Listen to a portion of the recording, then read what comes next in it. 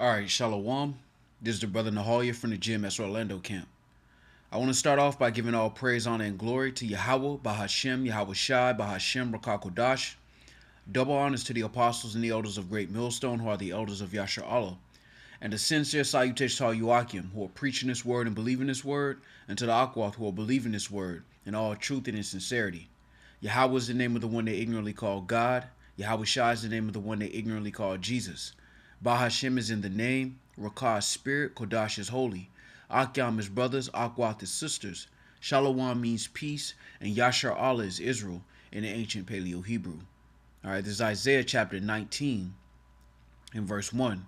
The burden of Egypt, behold, the Lord rideth upon a swift cloud, and shall come into Egypt, and the idols of Egypt shall be moved at his presence, and the heart of Egypt shall melt in the midst of it. And I will set the Egyptians against the Egyptians, and they shall fight every one against his brother, and every one against his neighbor, city against city, and kingdom against kingdom. This is also Revelation chapter 11. And I want to jump down to verse 8. And their dead bodies shall lie in the street of the great city, which spiritually is called Sodom in Egypt, where also our Lord was crucified. All right, now I want to go into a lesson, all right, based on this song, all right, Richmond, north of Richmond, and I want to read some of the lyrics. It's been a hot topic in the recent news, and it highlights by Shemal Shai. All right, it highlights the divide between Esau Edom, which is the so-called white man, as he's called today, as he's known today, and how they're separated by class at this point. All right, and it's always been like that. When you go throughout history, you find out that the Edomites have been divided against each other. All right, and this is going to play itself out in ultimate fashion through sedition. All right, so what I want to do is I want to read a little bit of this, because what's happened is, and for those who don't know, Richmond of north of Richmond is by an unknown artist who's become well known as of late, and he's basically howling about the conditions that the average so-called white person is in at this point. All right, and the reason I say that is because when you look at him and you look at his following, all right, it's other Edomites, all right, and they're all howling and they're all basically in mourning because, again, their own people are taking that commonwealth from them. All right, so when you read some of these lyrics, Richmond, north of Richmond, it says, I've been selling my soul, working all day, overtime hours for bullshit pay, so I can sit out here and waste my life away, drag back home and drown my troubles away. It's a damn shame what the world's gotten to for people like me and people like you. Wish I could just wake up and it not be true, but it is. Oh, it is. Now think about this, all right? Because again, what we are seeing right now is the transfer of wealth from the average so-called white person, all right, to the elites. All right, and when they make songs like this, when they make references like this, all right, you have to keep in mind that when you Negroes, Latinos, and Native Americans were catching hell, and they were in nice houses with good interest rates on the mortgage, they didn't make songs like this. They didn't complain about your condition. It wasn't until they started to experience it that they're now speaking about the atrocities that are being done. And ultimately, all right, you have to keep in mind it's just the so-called white man against himself, all right? Because the people who are taken from him are his own people. All right, let's go here. This is Matthew chapter 12. Now I want to jump down to verse 25. And Yahweh Shai knew their thoughts and said unto them, every kingdom divided against itself is brought to desolation. Now you have to rewire your understanding to understand what kingdoms, what nations actually are. It's not a location. It's a family of people. All right? Because in this day and age, with everything turned upside down, people associate kingdoms and nations with location. And really, it's not that way, all right? Right now, the so-called white man is in rulership. But to a person living in this world, they'll say, look, America's on top. America's number one. But when you look at it from an ancient mindset, which is the mindset to look at it through, you understand that nations and kingdoms all right, are divided by family line. And right now, the so called white man is in charge. Now, his people howling. They're howling about the wealth being distributed unequally amongst them. All right, again, and Yahushua knew their thoughts and said unto them, every kingdom divided against itself is brought to desolation, and every city or house divided against itself shall not stand. And if Satan cast out Satan, he is divided against himself. How shall then his kingdom stand? So the Lord is making a very important statement. Okay, he's making a statement that plays out today because again, you see Esau, Edom, the so-called white man, divided on many lines of division. Location, all right, the Russian Edomites against the American Edomites. Class, the rich Edomites against the poor Edomites. And that kingdom cannot stand. All right, and what we're witnessing is the build up to sedition. Because again, there will be sedition, all right, on this side of the world.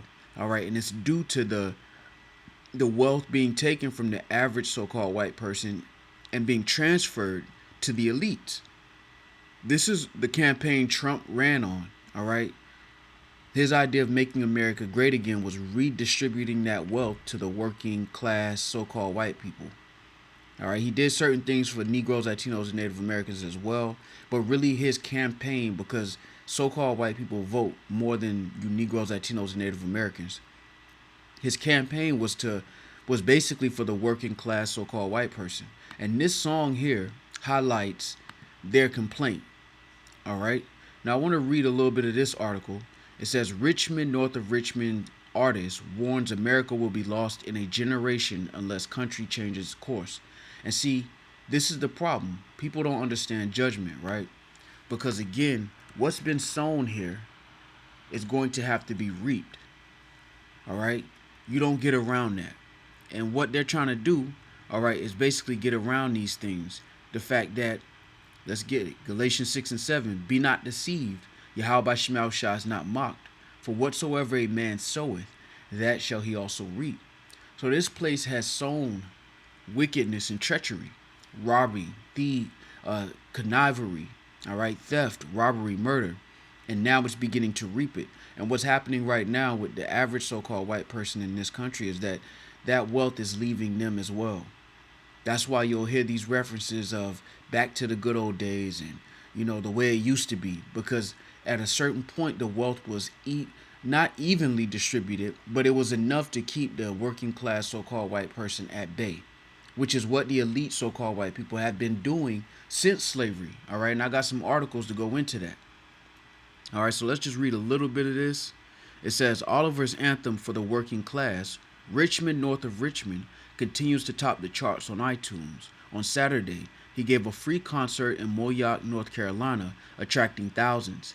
After the show, he expressed grave concerns about the country's current direction, suggesting that without significant change, it may not sustain more than another generation.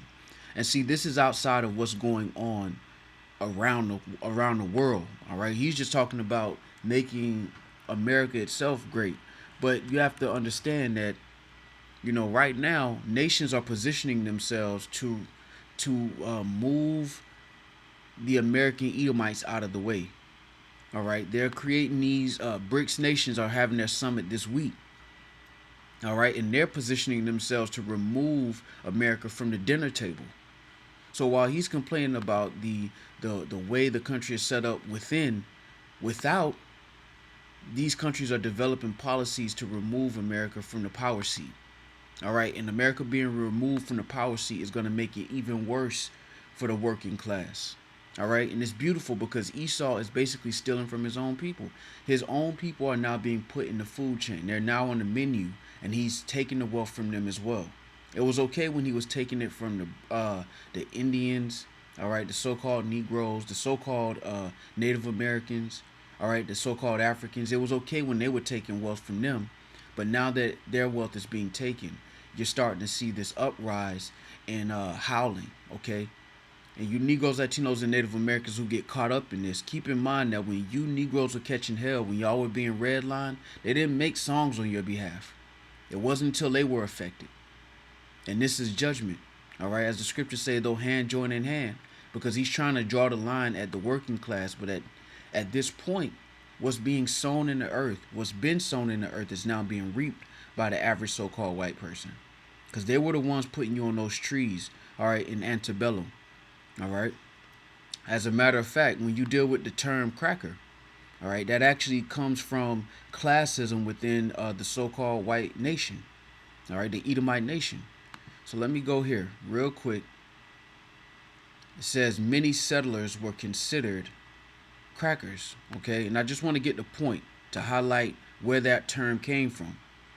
All right, it says this: it's difficult to say exactly when cracker culture emerged in the South and diffused into Florida, but by early 1700s, illegal immigrants were already a problem for officials who governed La Florida, and it was probably during this period that cracker or a similar word began to be used to describe a class of people who were braggarts and boasters.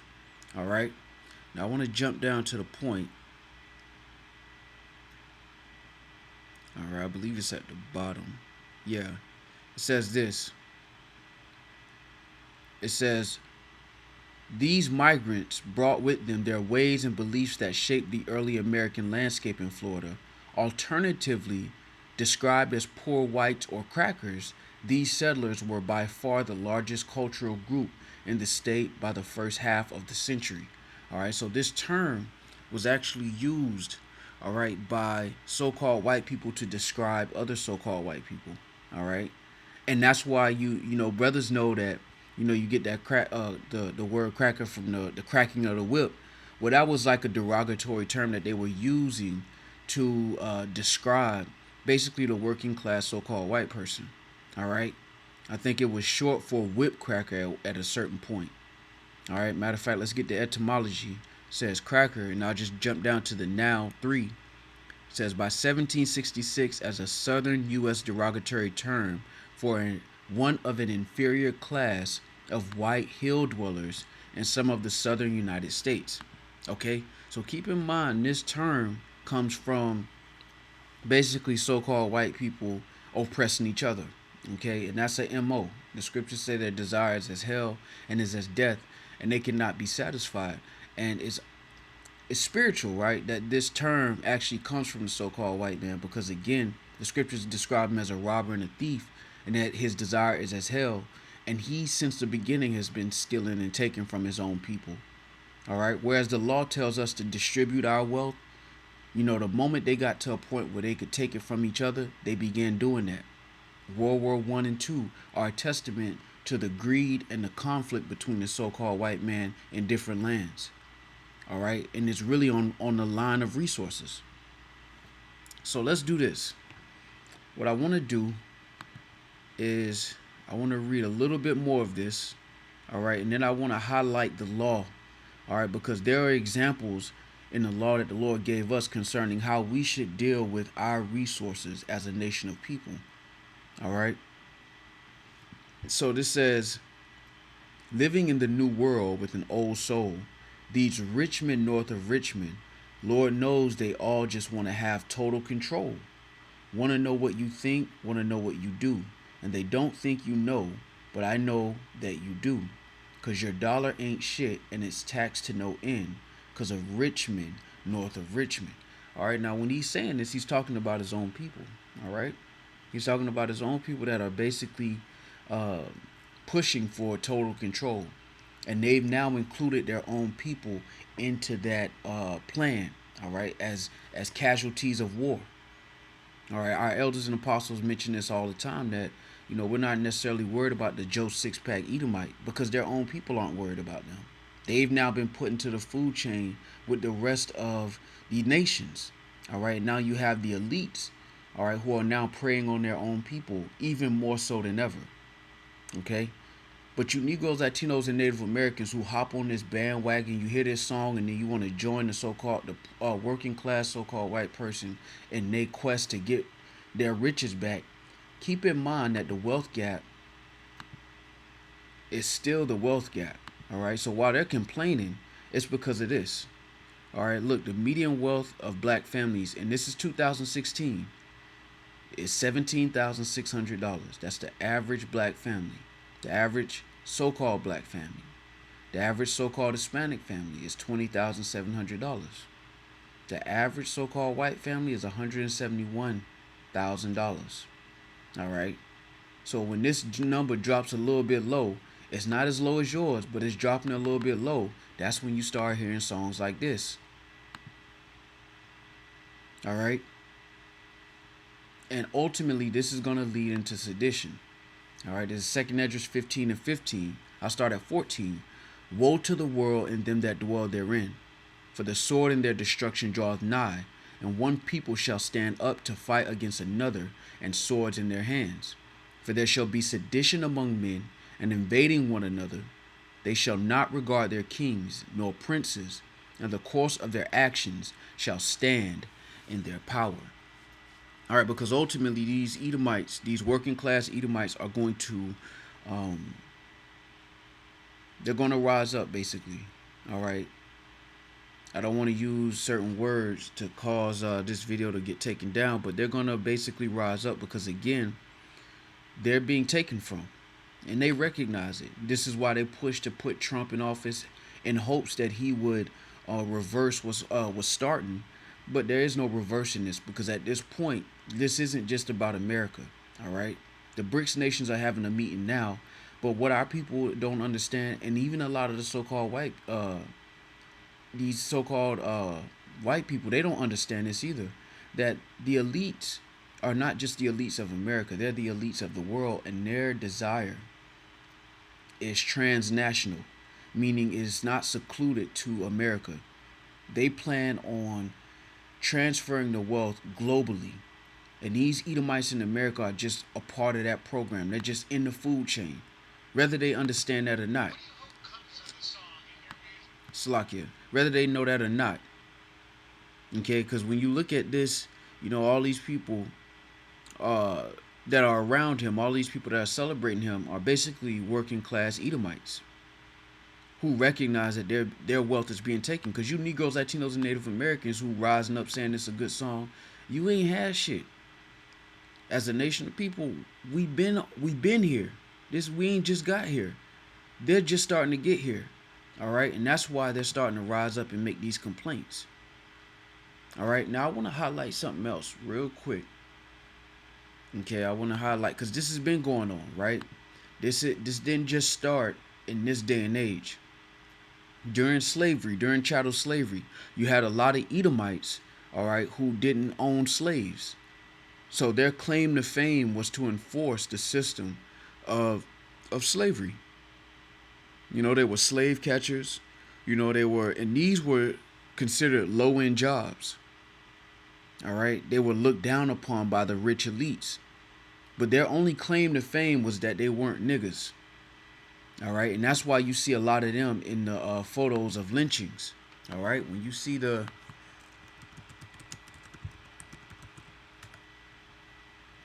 these pictures of lynchings, they don't look like they're wearing fancy clothes, right? You look at these pictures, they're not wearing anything fancy, which highlights a point that these are working class Edomites. Look at this dude. He looked like he fresh off of work. All right, and their only claim to fame was that they could snatch you up and they could do whatever they wanted to do with you. That was their claim to fame. All right, so now we fast forward to 2023, all right, and that doesn't work anymore. Them just being able to say, well, at least they're not niggas, that don't work no more, because you got a lot of Jakes who are in better position than they are. So now they're starting to recognize it. They're seeing the writing on the wall, all right, and they're beginning to howl. But again, they're still Edomites, so again, they're going to react violently. Okay? Now I want to get this quote real quick from Tom Watson. It says, "You are kept apart that you may be separately fleeced of your earnings." The famous Georgia populist leader Tom Watson told a crowd of black and white laborers in 1892. "You are made to hate each other because upon that hatred is rested the keystone of the arch of financial despotism." All right, and when you look up this word despotism, all right, it says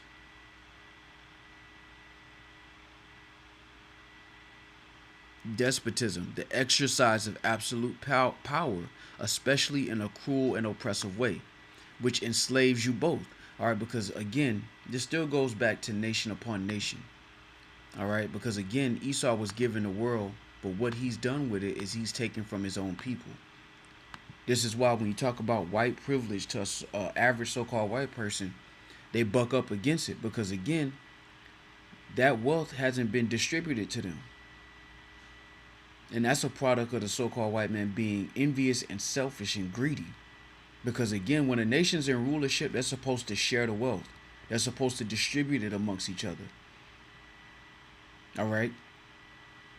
That's why, at a certain point, the so-called white man as a nation of people, they had certain rights.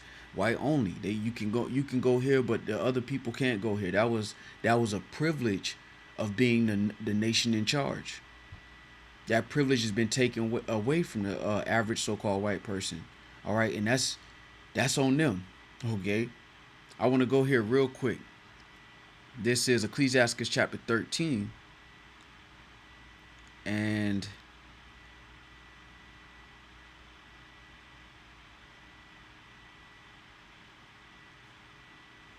you know what? Let me go here.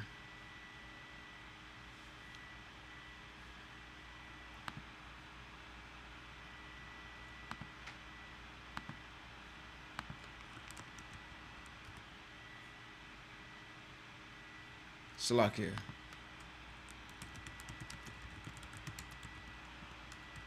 I gotta get this. Beautiful. I was one chapter off. All right, so Ecclesiastes chapter 14, and we're gonna jump down to 3. All right, it says, riches are not comely for a niggard, and what should an envious man do with money? He that gathereth by defrauding his own soul, gathereth for others, that shall spend his goods riotously. He that is evil to himself, to whom will he be good? He shall not take pleasure in his goods. And the reason I bring that out is because, again, they're stealing from their own people. All right? Scripture say every man loveth his neighbor. All right? And Esau is the epitome of the opposite of that. Because though they're the same nation of people, all right, Esau is greedy at his own table. So he's stealing from the average so-called white person. And that's going to amount to, all right, a sedition amongst these Edomites in Babylon the Great. All right, continuing at verse 6, it says, there is none worse than he that envieth himself, and this is a recompense of his wickedness. So what's happening right now is the same Edomites that were lynching Jake, all right, they were still struggling. They were working, they were still struggling, but they were lynching Jake because that was the only thing that was the only privilege they had. They had privilege over you Negroes, Latinos, and Native Americans, but they weren't the richest Edomites. Even now, you have working class Edomites, and then you have the DuPonts, the Gettys, the Rockefellers. All right, and as more information comes out, more of these Edomites are waking up to the fact that their own people are stealing from them. Whereas in the law, the Lord told us not to do this. All right, and I want to get that real quick. All right, so this Numbers 31, and I'm going to start around 25, but to give you some context, all right, I'll jump up to verse 1. And the Lord spake unto Moses, saying, avenge the children of Israel of the Midianites. Afterward shalt thou be gathered unto thy people. And Moses spake unto the people, saying, arm some of yourselves unto the war, and let them go against the Midianites, and avenge the Lord of Midian. So we went to the war against the Midianites. Now after that war, we gathered spoils from that war. All right.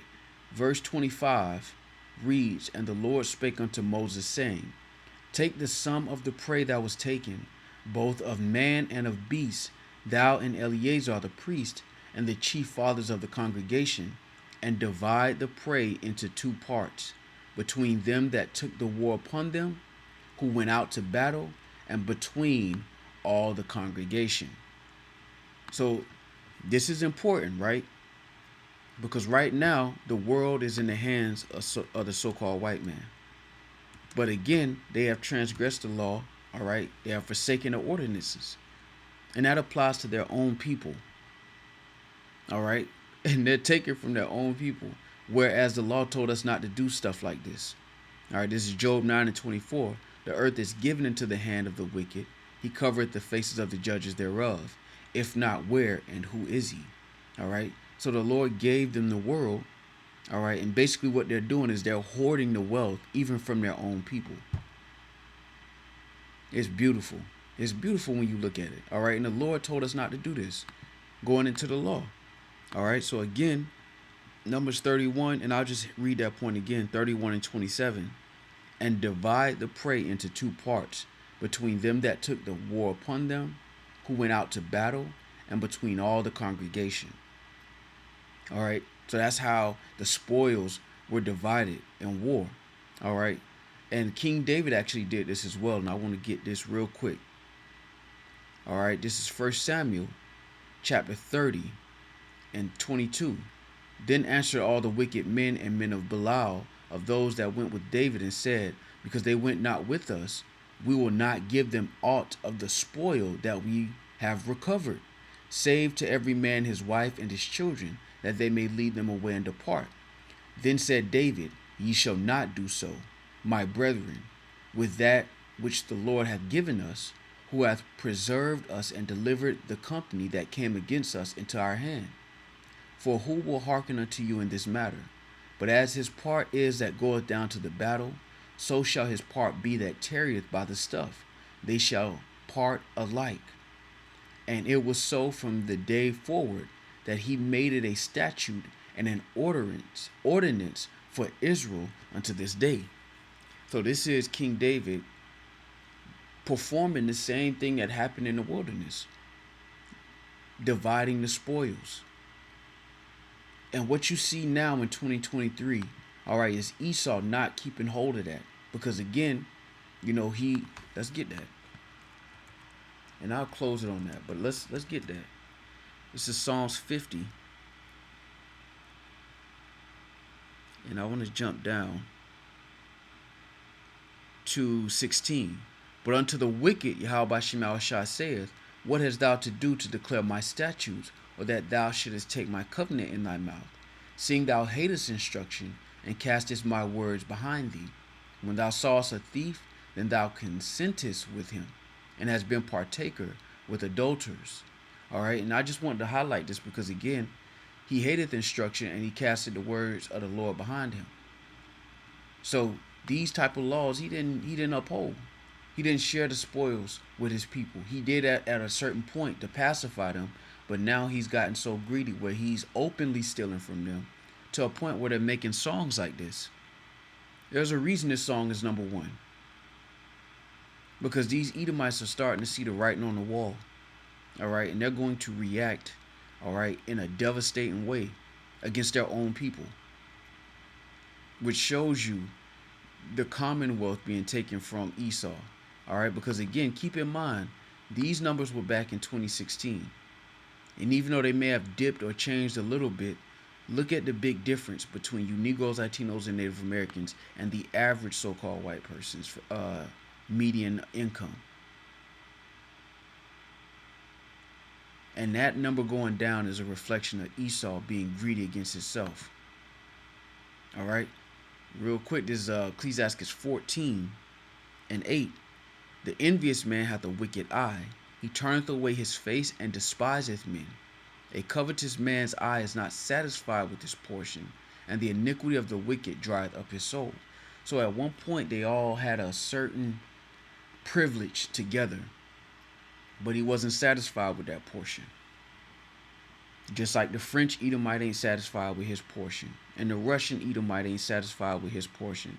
And you see that going all the way down the line, down to where we are now. And that's why ultimately, all right, the Lord, as he said, he's going to set the Egyptian against the Egyptian. And this is setting the stage. All right, this song right here, along with many other songs, are setting the stage for these Edomites to revolt against their own. All right. So I just wanted to spend a moment to highlight that through the spirit and power of the Yahweh Shemashah. All right, Lord willing, this was edifying with that. I want to give all praise, honor, and glory to Yahweh, Bahashem, Yahweh Shai, Bahashem, Makakodash. Double honors to the apostles and the elders of Great Millstone, and a sincere salutation to all you Achim who are preaching this word and believing this word. and to the Akwath who will believe in this word in all truth and in sincerity. Shalom.